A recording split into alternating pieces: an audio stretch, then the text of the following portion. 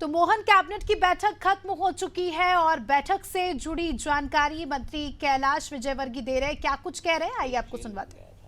और बहुत सारे उसमें से निरपराध लोग 24-24 महीने जेल में रहे, 18-18 महीने जेल में रहे। उनको लोकतंत्र सेनानी के के नाम से सम्मानित किया गया था और उन्हें मानदेय भी दिया जा रहा है। अभी लगातार हमारे बीच में से ऐसे लोकतंत्र सेनानी जा रहे हैं, तो उनके अंतिम संस्कार में 10,000 रुपये शासन देने का निर्णय लिया है और राजकीय सम्मान से उनकी अंतिम यात्रा निकले, ये महत्वपूर्ण निर्णय सरकार ने लिया है। देखिए, हमारा प्रदेश एक प्रोग्रेसिव प्रदेश है और जिस तरीके से लगातार एक डायनेमिक तरीके से व्यवस्थाओं में परिवर्तन हो रहा है, तकनीकी आ रही है नई।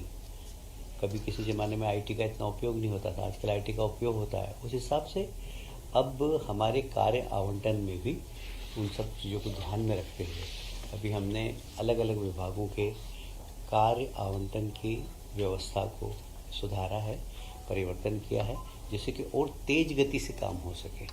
हमारा प्रदेश सुधारवादी प्रदेश है और हम तकनीकी का अधिकतम उपयोग कैसे करके एक पारदर्शी सरकार चलाएं, जिसका कि हमारे देश के प्रधानमंत्री हमेशा कहते हैं कि डेमोक्रेसी में पारदर्शी सरकार का होना बहुत ज़रूरी है। तो ये तकनीकी के माध्यम से जो पारदर्शी सरकार चलाने का हमारा प्रयास है, जैसे मैंने कहा कि पहले कभी एक प्रधानमंत्री जी हुआ करते थे, राजीव गांधी जी ने कहा था 1 रुपया भेजते हैं हम, 15 पैसे पहुँचते हैं।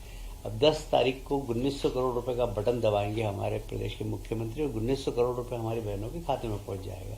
ये नई तकनीक का उपयोग और पारदर्शी व्यवस्था, इसी दृष्टि से हमने कार्य आवंटन में भी थोड़ा सा परिवर्तन किया है।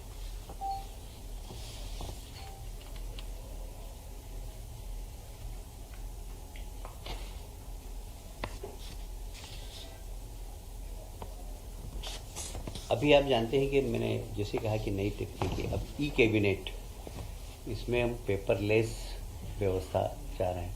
पेपरलेस व्यवस्था मतलब समझ लीजिए कि यह ग्रीन स्टेट की तरफ बढ़ता हुआ हमारा एक कदम है, क्योंकि 1 टन कागज में 17 पेड़ कटते हैं और इसलिए कागज का उपयोग कम से कम हो, ये बहुत ज़्यादा ज़रूरी है। और ई कैबिनेट प्रणाली के अंतर्गत हमने थोड़ा सा शासन के जो कार्य नियम है उसमें संशोधन किया है, जिससे कि ई गवर्नमेंट, ई गवर्नेंस ये हो सके।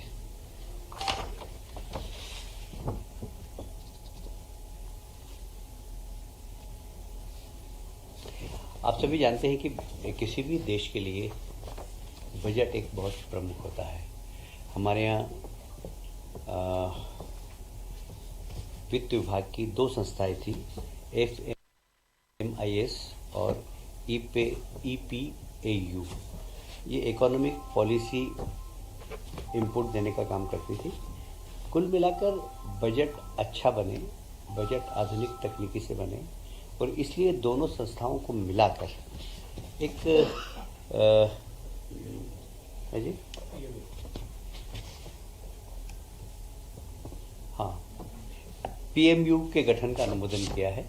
इसमें हम पदों की संख्या का सृजन किया है, साथ ही कुछ इसमें एक्सपर्ट भी हम कॉन्ट्रैक्ट बेसिस पे रखेंगे, जिससे कि बजट और अच्छा बन सके, आधुनिक बन सके, पारदर्शी बन सके, प्रोग्रेसिव बन सके।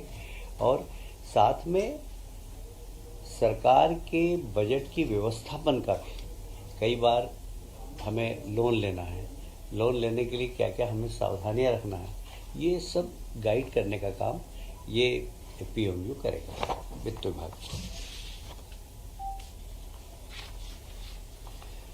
तकनीकी शिक्षा विशेषकर रीवा के लिए एक निर्णय हुआ। वहाँ पर पॉलिटेक्निक कॉलेज है, 2 ही ब्रांच थी वहाँ पर, वहाँ कुछ ब्रांच बढ़ाई गई है, क्योंकि वहाँ अब हमने प्रदेश में भी हम सारे ही पॉलिटेक्निक और IT की एक बार फिर से समीक्षा करेंगे, जहाँ जिस प्रकार के रोजगार की आवश्यकता है उस प्रकार की ट्रेनिंग देना। जैसे मैं बात करूं अगर पीतमपुर में ऑटोमोबाइल का क्लस्टर है, तो वहाँ पर ITI पॉलिटेक्निक में उस प्रकार की ट्रेनिंग दी जाए। यदि रीवा की हम बात करते हैं तो रीवा में सीमेंट इंडस्ट्री, तो सीमेंट इंडस्ट्री की आवश्यकता क्या क्या है उस हिसाब से वहाँ ट्रेनिंग दी जाए। ऐसे ही जैसे विदिशा में हमारे यहाँ कुल मिलाकर टेक्सटाइल का हब बन गया है, तो टेक्सटाइल में क्या आवश्यकता है उस हिसाब की ट्रेनिंग हमें पॉलिटेक्निक में और ITI में दें। इस प्रकार के ऊपर माननीय मुख्यमंत्री जी ने आज कैबिनेट में निर्देश दिए हैं। जेल, ये बात सही है कि जेलों में सुधार लगातार चल रहा है। आज मुख्यमंत्री जी ने फिर से कहा है कि वहाँ पर सांस्कृतिक आध्यात्मिक गतिविधियों का केंद्र बने, साथ ही उनकी कौशल कला उसके ऊपर भी ध्यान दें। सागर का आज बड़ा उल्लेख हुआ। सागर के हमारे केदी भाई बहुत अच्छा उन्नत कपड़ा बनाते हैं जो लोग बिल्कुल लाइन से खरीदते हैं उनके यहाँ, और लगभग पूरे प्रदेश में जेल के कैदियों के द्वारा उत्पादन से लगभग 4 करोड़ से अधिक की राशि का लाभ भी हुआ है। हम उनको किस प्रकार जेल सुधार की योजना कर सके उसके लिए एक कमेटी भी हमारी, विशेषकर हम जेल के अंदर योगा, आध्यात्म, इसके ऊपर फोकस करेंगे और उनको तकनीकी शिक्षा भी देंगे जिससे कि वे स्वयं का रोजगार कर सकें, जेल का वातावरण सुधारें। इस दिशा में आज निर्णय लिया गया है। कुछ नई जेल भी बनाने का निर्णय हुआ है, नए ज़िले बने हैं, उनको वहाँ पर नई जेल बनाए, जैसे मैहर नया ज़िला बनाए, वहाँ पर एक जेल बनाने का निर्णय लिया। ऐसे बुरहानपुर के अंदर एक जेल बनाने का निर्णय लिया। तो जेल की व्यवस्था भी सुधरे और वहाँ पर कैदियों के साथ उनको ट्रेनिंग भी मिलेगी वो निकलने के बाद बाहर आए। दूसरा, ऐसे कई गरीब कैदी हैं जो छोटे छोटे दंड नहीं भरने के कारण जेल के अंदर है। बहुत ही संवेदनशीलता के साथ हमारे मुख्यमंत्री जी ने कहा है कि उनका पैसा हम भरेंगे और उन कैदियों को रिहा करेंगे।